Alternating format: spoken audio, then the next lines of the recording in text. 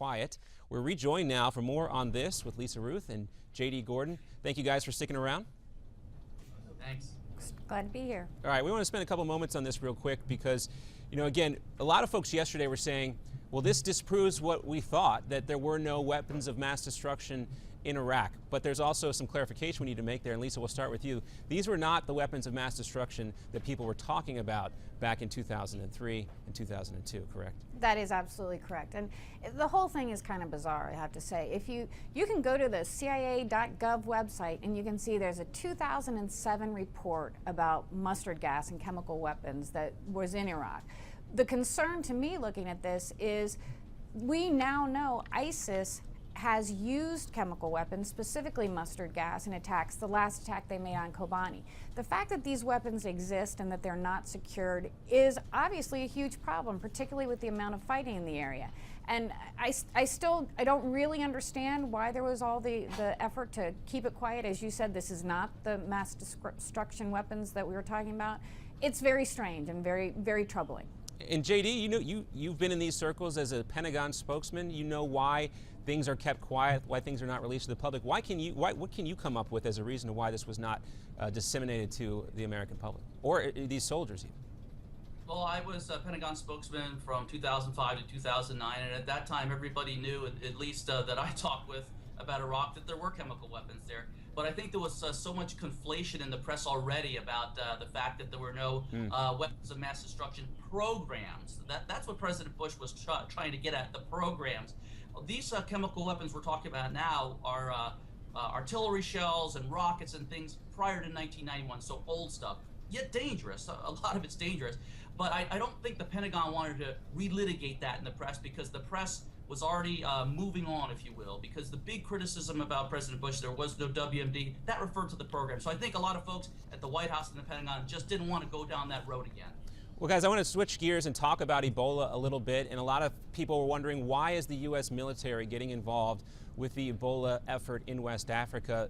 But as we see things escalate here, specifically in those West African countries, not the most stable democracies or governments, if you look at them, how close are we to seeing a collapse of government, a collapse of economics, a collapse of stability in those countries if things with Ebola get much worse?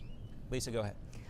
I think that is absolutely one of the biggest concerns. I had an opportunity to speak with a regional medical officer, which a lot of people don't even know exists. These are State Department officials who are stationed in the area in West Africa. And he told me that both Liberia and Sierra Leone are extremely concerned about this. They're concerned about unrest. They're concerned about the continued drain on their economies, and they're worried that they just can't handle it. The security in these countries is already extremely tenuous, as you mentioned, John, and I think this is going to be a threat to them. And again, you're looking at countries that are already vulnerable, and when there is instability and vulnerability, it's something you have to watch. And then the question is, what next, and how could these governments recover if there is a collapse? Yeah, and we know, groups like ISIS not necessarily operating in North Africa, but Boko Haram and there are other groups there. JD, how concerned are you about the collapse of stability in West Africa, leading to a safe haven there for some of these other terror groups?